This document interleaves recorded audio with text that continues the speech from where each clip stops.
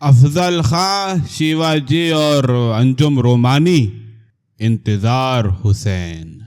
کیا افضل خاں کو شیواجی سے مذاکرات کرنے کے لیے جانا چاہیے تھا؟ یہ سوال انجم رومانی نے کیا، اور اتنی گرمی کے ساتھ کیا کہ پاکستان کونسل میں افضل خاں مرد آباد کے نعرے لگ جاتے تو کچھ عجب نہ تھا، اور یہ بھی ممکن تھا کہ کوئی اٹھ کر اعلان کرتا کہ اب افضل خاں واپس نہ آئیں، مگر پروفیسر اشفاق علی خان نے بگڑتے حالات کو سنبھالا اور جلدی سے بتا دیا کہ یہ پرانے زمانے کا قصہ ہے، آج نہ افضل خاں زندہ ہے، نہ شیواجی ہے، نہ وہ صورتحال ہے۔ پھر الطاف فاطمہ آئیں، بتایا کہ وہ کس طرح سر اٹھا کر چلتی ہیں اور اپنے کالج جاتی ہیں۔ بولی کہ بھٹو صاحب کوئی ایسی بات شملہ میں طے کر کے نہ آئیں کہ میرا اور میری طالبات کے سر شرم سے جھک جائیں۔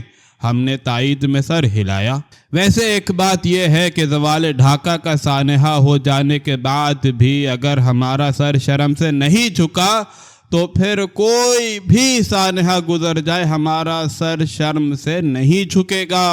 امجد حسین ملک نے تھوڑی دیر تک گرم جوشی کا مظاہرہ کرنے کے بعد اطلاع دی کہ میں وکیل آدمی ہوں، بنگلہ دیش کو تسلیم کرنے کے بارے میں دونوں طرف سے استدلال کروں گا، اس کے بعد صاحب صدر اور حاضرین مل کر خود فیصلہ کر لیں کہ بنگلہ دیش کو تسلیم کرنا چاہیے یا نہیں۔ حاضرین میں سے ایک آواز آئی کہ وکیل جب بحث کرتا ہے تو اپنی رائے بھی دیتا ہے، مگر امجد حسین ملک لوگوں کے بھرے میں آنے والے نہیں تھے۔ انہوں نے تکنیک یہ اختیار کی کہ ایک فقرہ تسلیم کرنے کے حق میں کہتے تو فوراً ہی دوسرا فقرہ تسلیم کرنے کے خلاف کہتے۔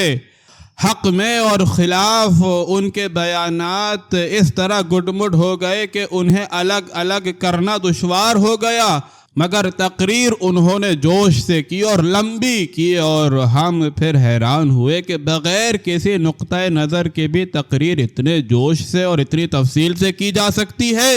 ایک صاحب نے اٹھ کر بڑی سادگی سے کہا کہ بنگلہ دیش کو تسلیم کرنے کی ضرورت کیا ہے؟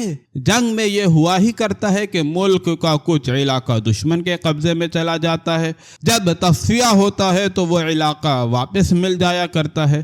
تصفیہ ہونے کے ساتھ مشرقی پاکستان خود بخود پاکستان کو مل جائے گا۔ ہم نے غور سے اس نوجوان کی صورت کو دیکھا اور پہچانا کہ یہ تو ارشاد احمد ہیں جن کا علاقہ جسٹس پارٹی سے ہے۔ ہم نے دل میں کہا کہ ایسا سیدھا سچا بیان اس پارٹی کے آدمی ہی کی طرف سے آ سکتا تھا۔ پھر بیگم آباد احمد تشریف لائیں۔ وہ چودھری محمد علی جیسے بزرگوں پہ بہت برسی کہ انہوں نے بنگالیوں کو نظر انداز کر دیا تھا اور شیخ مجیب الرحمن کے 6 نکات کو نہیں مانا، مگر اس کے بعد انہوں نے خود بنگالیوں کو اپنی جوتی کی نوک پہ مارا اور بتایا کہ ان کی تو سرشت ہی میں خرابی ہے۔ بیگم آباد احمد کے ساتھ ایک بڑی دقت یہ ہے کہ ان کا خاندان بہت بڑا ہے اور ان کے لیے لازم آتا ہے کہ وہ تقریر میں اپنے خاندان کے ہر فرد کا نقطۂ نظر بیان کریں۔ انہوں نے اپنے مختلف دامادوں، بیٹوں اور بھتیجوں کا تذکرہ کیا جنہوں نے مشرقی پاکستان میں دن گزارے تھے، اور ان سب نے بیگم صاحبہ کو یقین دلایا تھا کہ بنگالیوں کے ساتھ گزارا نہیں ہو سکتا۔ اور ہم نے سوچا کہ چودھری محمد علی اور ایسے دوسرے بزرگ 6 نکات کو مان بھی لیتے تو کیا فرق پڑتا؟ بیگم آباد احمد کے داماد اور بیٹے تو بنگالیوں کے ساتھ رہنے کے لیے تیار ہی نہیں تھے۔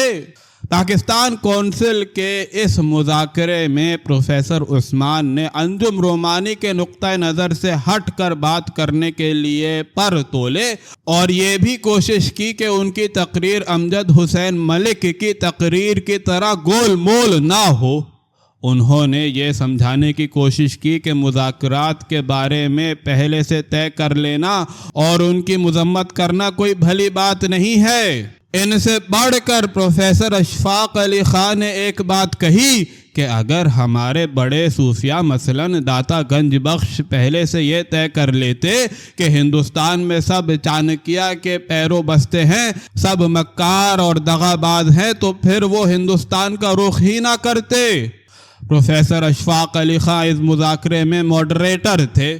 پہلے تو وہ میٹھے میٹھے لہجے میں لوگوں کو سمجھاتے رہے کہ ایک مسئلے کے بارے میں مختلف رائیں ہو سکتی ہیں، اپنے سے مختلف نقطہ نظر بھی آدمی کو سننا چاہیے۔ پھر یکا یک انہیں جلال آ گیا۔ انہوں نے کہا کہ میں کتنے برسوں سے اسٹیل مل چلا رہا تھا، اس وقت آپ نے میری بات نہیں سنی اور آج یہ باتیں کر رہے ہیں۔ ادھر ہتھیاری سازی زوروں پر ہے، ادھر یہ حال ہے کہ میں نے بار بار اسٹیل مل قائم کرنے کی تجویز پیش کی مگر کسی کے کانوں پہ جوں نہیں رینگی۔ ہم نے یہ بات سنی اور غالب کا یہ مصرع گنگنایا: لڑتے ہیں اور ہاتھ میں تلوار بھی نہیں۔ اس میں کوئی شک نہیں کہ اشفاق علی خان صاحب نے اسٹیل مل کا مضمون اپنے مقالوں میں بہت باندھا، مگر انجم رومانی فولادی عزم کے قائل ہیں، فولادی کارخانے کے نہیں۔